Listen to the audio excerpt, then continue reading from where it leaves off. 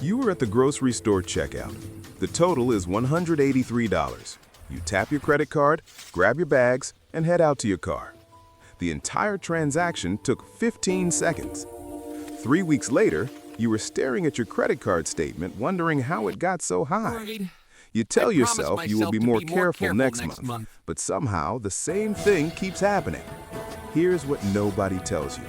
That quick tap cost you way more than $183. Research shows that the simple act of using a credit card instead of cash makes people spend 12 to 18% more on average. That means your $183 grocery trip would have been closer to $155 if you had paid cash.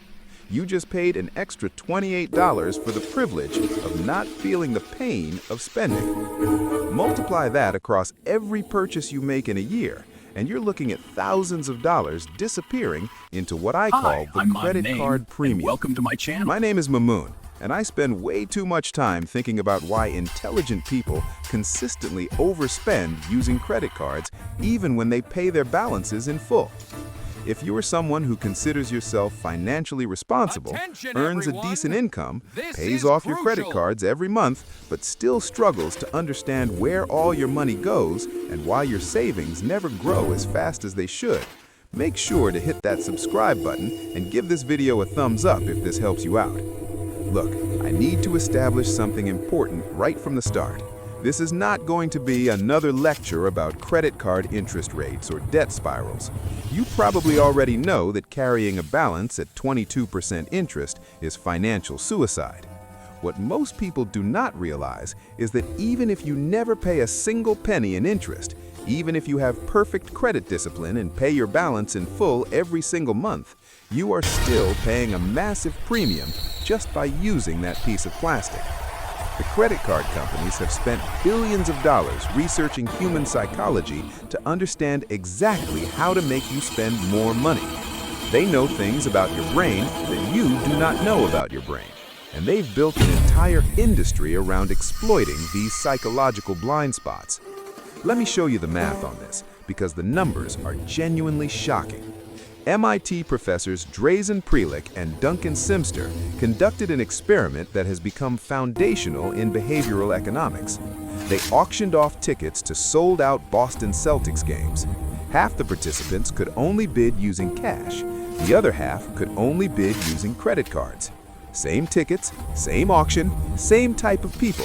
The only variable was the payment method. The credit card group bid 76% higher than the cash group. Not 7%, 76% for the identical product. Think about what that means. The same person evaluating the same item will assign it dramatically different value based purely on whether they're thinking about cash leaving their hand or a credit card transaction showing up on a statement 3 weeks from now.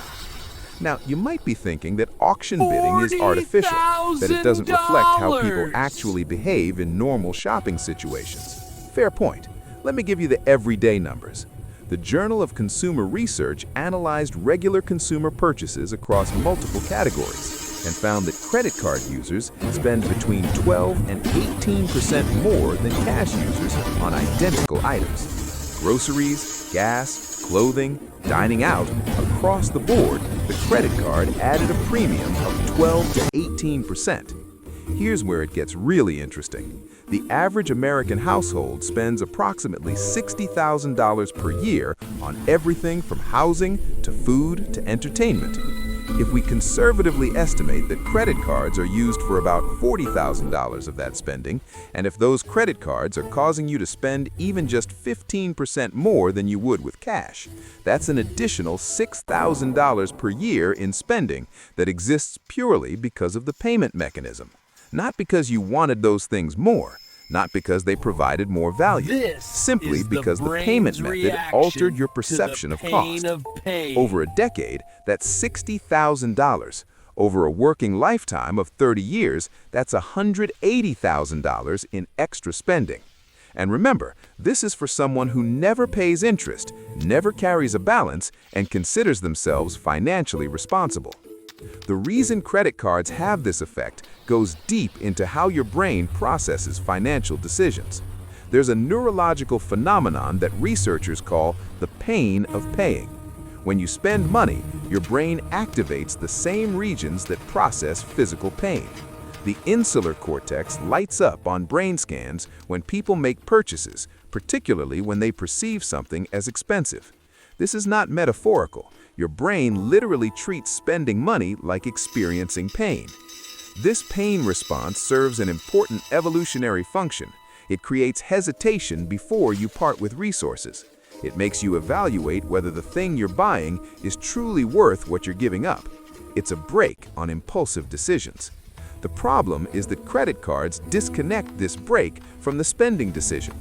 Researchers at Carnegie Mellon's functional MRI scanners watched people's brains while they made purchasing decisions with different payment methods. When participants paid with cash, they observed significant activation in the insular cortex. The pain of paying was firing exactly as it should. But when the same people bought the same items using credit cards, that pain response dropped dramatically. The credit card essentially anesthetized the part of your brain that's supposed to stop you from overspending. Think about what this means in practical terms. Every single time you use a credit card, you're making financial decisions without the full feedback mechanism your brain evolved to use. It's like trying to drive a car where the gas pedal works fine, but the brake pedal is partly disconnected. You can still stop eventually, but your natural calibration is completely off. You'll consistently go faster and further than you intended. The credit card industry understands this neurological reality better than you do. Look at how payment technology has evolved over the past 20 years. First, you had to swipe and sign, which at least required a small amount of deliberate action. Then came chip readers, where you just inserted the card. Now we have tap to pay, where you wave your phone or card near the terminal and the transaction completes in under a second. Each technological advancement has one purpose: reduce friction, reduce pain, reduce the natural hesitation that makes you think twice about a purchase. Here's something most people never consider. When you pay with cash, you have to decide to go to the ATM. You have to choose how much to withdraw. You have to physically count out bills. You have to receive change. Each step creates a moment of consciousness about money. Each step reinforces that you're parting with a limited resource. Credit cards eliminate every single one of these moments. The transaction happens so fast that your conscious mind barely registers it. The pain of paying is just one mechanism. There's another psychological phenomenon at work that's equally powerful, and it explains why even financially sophisticated people fall into the credit card trap.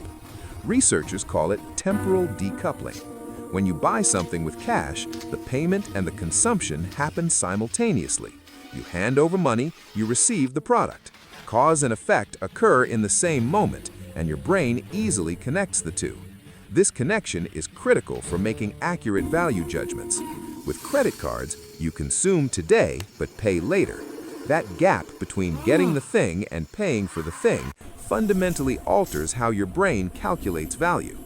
There's a reason why buy now, pay later services like Klarna, Affirmation, and Afterpay have exploded in popularity over the past 5 years. These companies are not providing a valuable financial service. They're selling psychological manipulation. They're taking the temporal decoupling that credit cards create and amplifying it even further. Instead of paying in 30 days, you can pay in 6 weeks or 3 months or 6 months.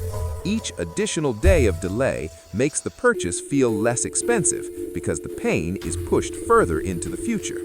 The data on this is striking. A Credit Karma study found that 34% of buy now, pay later users admitted they purchased something they couldn't afford and later regretted. 34% openly acknowledged making a bad decision. The actual number is almost certainly higher because people are notoriously bad at admitting their own mistakes, even to themselves in anonymous surveys. Temporal decoupling creates a particularly insidious problem that compounds over time. When you regularly use credit cards, you end up living in a state of constant temporal mismatch between your spending and your available resources. You look at your checking account, see $2,000, and feel like you have plenty of room to spend, but you're forgetting about the $1,500 credit card bill that hits in 2 weeks, your mental accounting is always lagging behind reality. I see this pattern constantly when people ask me to review their finances. They'll say they can't understand where their money goes. They make $70,000 a year, they pay off their cards, but they never have money left over, and their savings account stays flat. When we dig into the details, what I usually discover is that they're perpetually one billing cycle behind in their mental model. They're spending money in October that they haven't technically earned yet, or they're spending October money without accounting for September credit charges that are still pending. Now, I know what you're thinking. You're thinking about your credit card rewards. You're thinking that you get 2% cash back or airline miles or hotel points. You're thinking that you're actually making money by using credit cards strategically. You're thinking that you have figured out how to beat the system. Here's the thing.